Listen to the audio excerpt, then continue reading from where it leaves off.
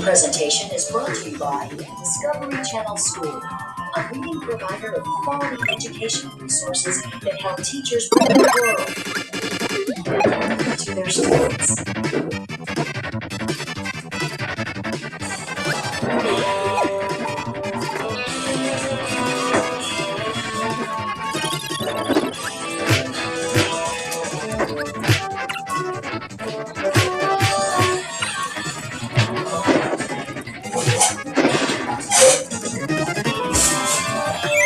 Episode of Discovery, take a close look at how human behavior is shaped in genes and personality. Follow researchers as they uncover the mysterious origins of our identity. Then, united identical twins connected not only by genetics, but also by similar traits and surprising coincidences. If the lesson plans on bioethics, go online to discoveryspectrum.com.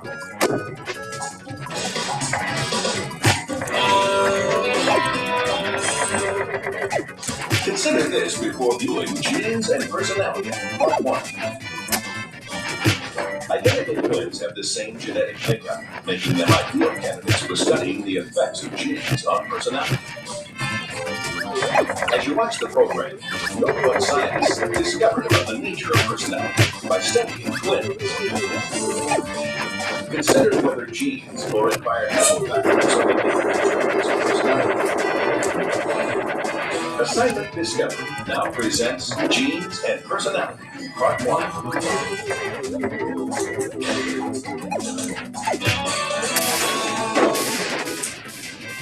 Ladies and gentlemen, all the way from Budapest, Hungary, the Great Safari.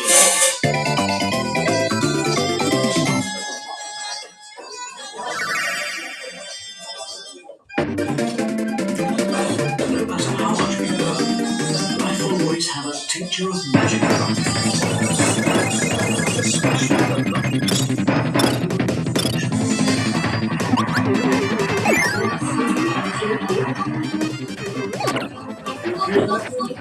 There's something utterly magical about identical twins. They're completely fascinating when they're together, but they're even more interesting when they're apart.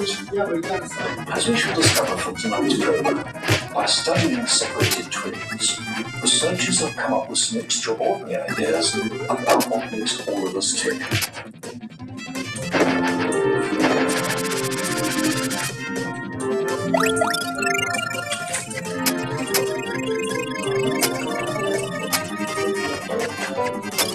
Twin stories don't become any more extraordinary than that of Jack and Oscar. One was brought up as a Jew, the other incredibly a Nazi. We'll discover what differences their backgrounds made. We'll also be conducting an experiment into twin telepathy that has implications for us all. I'm definitely not Frankie. I shot 5, 6. Frankie and Stephanie are identical twins. Even their brothers and sisters find it hard to tell them apart. Back for me. Because Frankie was thinking more about it.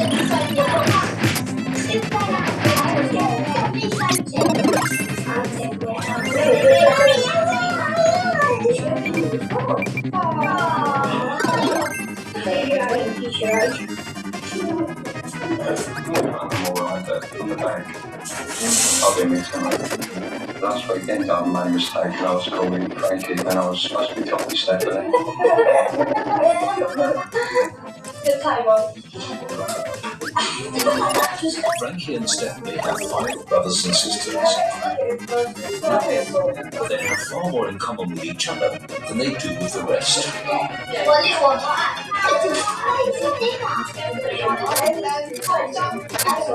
Pepperoni piece of mushroom, crispy roasted, mashed potato flavor, and carrots are highly Philippines. Exactly done.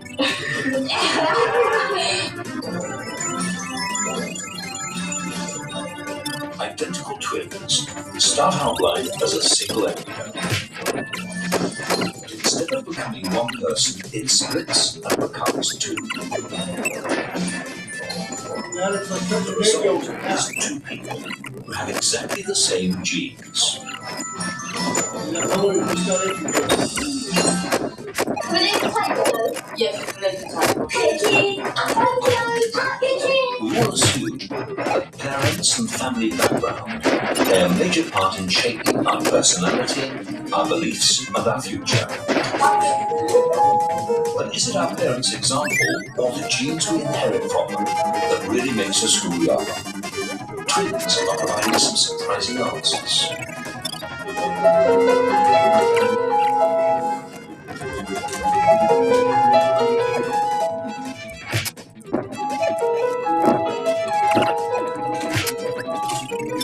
Identical twins grow up together. It's impossible to tell if they're so similar because they have the same genes or because they grew up in the same environment.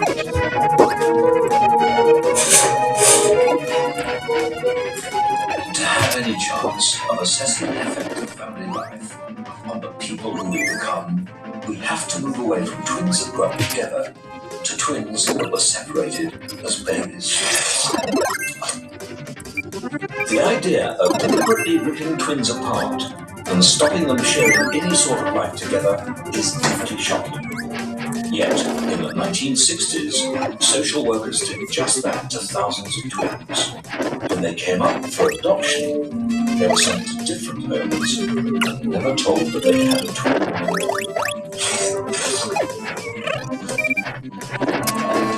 In New York, a team of child psychiatrists decided to follow twins from the moment they were sent on their separate ways and see how they turned out. Today, no one would dare propose such a thing. But the psychiatrist who was in charge of the project thinks that it was justifiable. The decision to separate them was not done for the concern. It was done for the purposes of helping the adopted parents and the child to give them the best environment and the care of their adoption ages.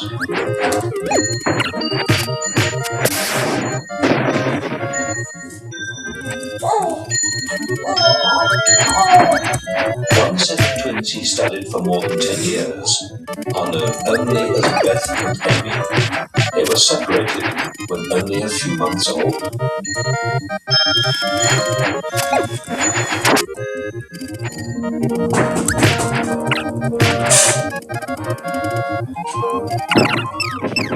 Beth was brought up by adoptive parents who were loving, attractive, and rich. The new mother always talked about Beth in a positive and supportive way. Twin sister Amy had a very different fate.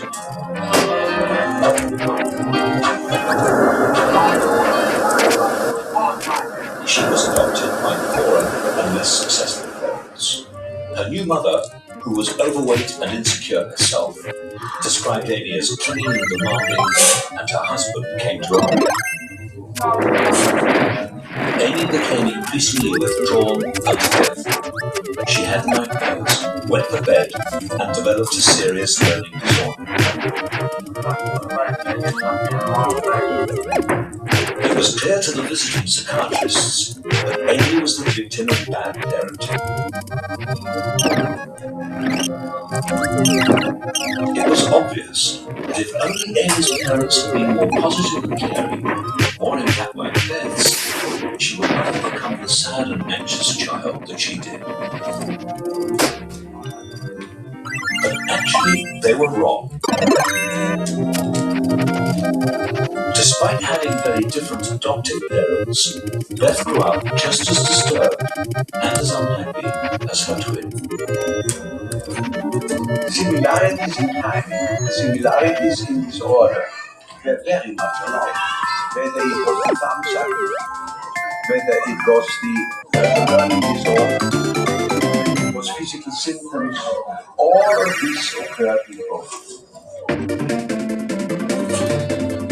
Traditionally, parents have been blamed when children turn out disturbed and unhappy. The twins show that sometimes no one's to blame. It's in the blood. It just happens. Beth and Amy are adults now, but they still don't know that they were ever part of this study. They still don't even know that they have a twin.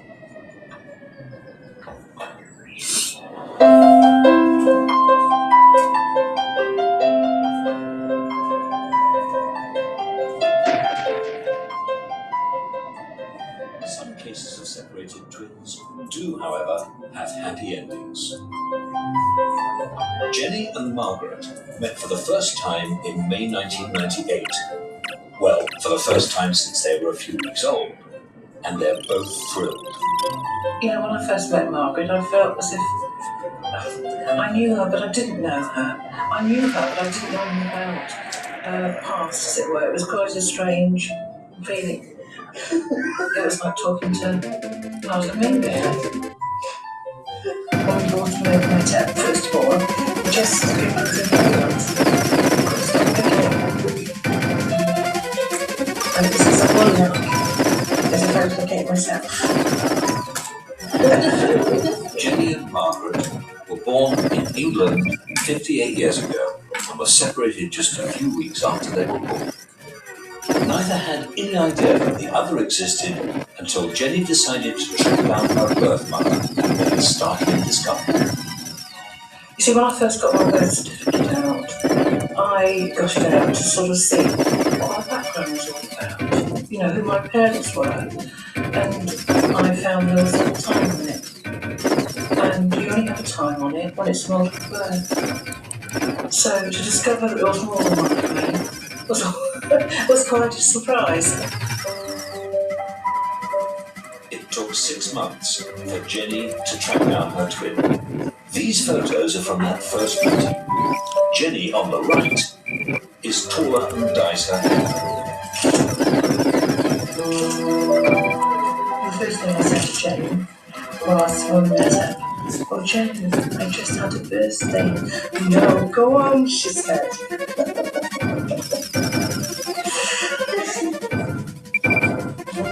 Jenny grew up in Bournemouth, Margaret in Wales. Their lives, though entirely separate, were in some ways eerily similar. After leaving school, they both became second counsel, and when they were 21, they both joined the BBC.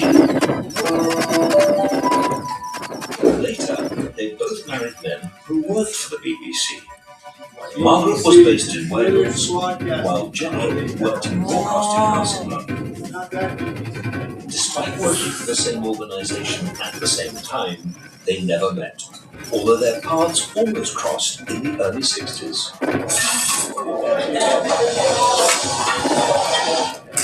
I started working for the BBC in November 1962.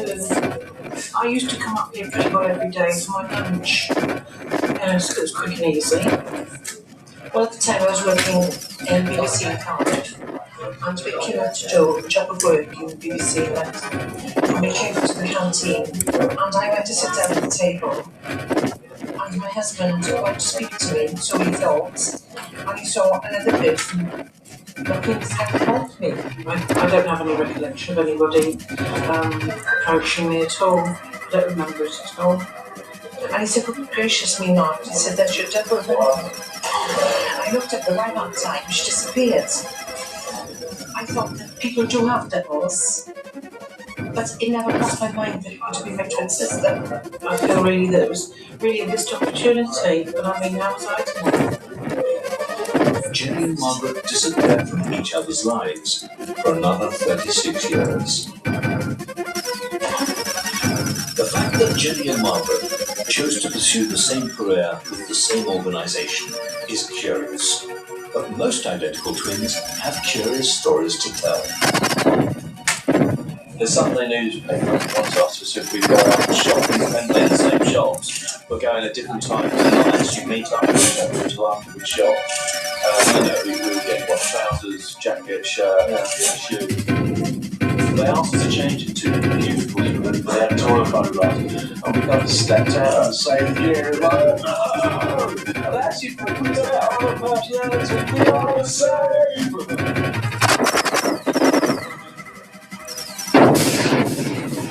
Unless we dismiss the twin stories as just coincidence, We have to look for an explanation. One popular suggestion is twin telepathy. So we have the 4 pictures here. If you'd like to choose one of them to send to. We decided to test Margaret and Jenny's telepathic potential with the help of psychologists at the University of Hertfordshire. Okay, so Jenny, Margaret's going to be given an image. She's going to try a picture and send to you. Concentrate on that one. And have to describe it out loud, or imagine you're having a conversation with Jenny where you describe it. Margaret chooses a postcard and tries to mentally send the picture to Jenny. There's a gentleman, Jenny, and a lady. They are in different soundproof rooms, separated by a one-way mirror. The lady's got a fur.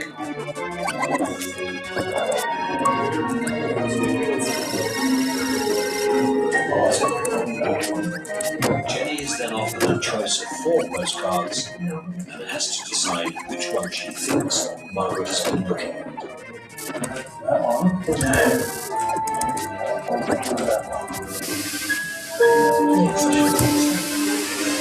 And amazingly enough, here she gets it right. There's not so much else in there. They do this test over and over again. So how did they do overall? Now the results here were really interesting. We'd expect the 2 to choose the same postcard 25% of the time just by chance. What did we find? Well, in fact, the hit rate was 50% of the time. Massively above chance. So something's going on between Margaret and Jenny. But is it really telepathy? We decided to run a second test. This time, Jenny is not allowed to choose which card she sends. Instead, Dr. Wiseman selects one for her. It looks as if it's a woman being rescued. Very sunny day. If Margaret and Jenny are really telepathic, they should get the same amazing results in this test as they did in the first. Your dogs running around. Okay, so what's it? Was that one? So what was the result? That one? Now you'd expect them to be correct 25% of the time just by chance. And in fact, for all the trials we've done this afternoon, that's exactly where they were, 25%. So, they failed the real telepathy test. In fact, our results are just like those in other studies where twins have been properly tested. It seems that there's another explanation for so-called twin telepathy. When twins report having psychic experiences, it's quite possible there's a normal explanation. They just simply tend to be making the same decisions at the same time. They have the same likes, the same dislikes, they're thinking in the same way. And that could lead them to thinking they're having psychic experiences in the absence of any psychic ability. There's Dr. Wiseman believes Jenny and Margaret performed well in the first test simply because they had very similar tastes. grey. Yet why should 2 middle-aged strangers who've met only 8 times in their whole lives have such similar likes and dislikes? Unless, of course, their common genes have given them common tastes.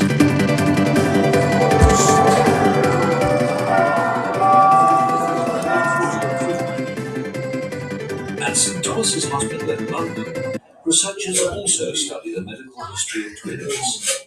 And they found that the bone density of twins who grow up together is strikingly similar. But what about twins who grow up apart?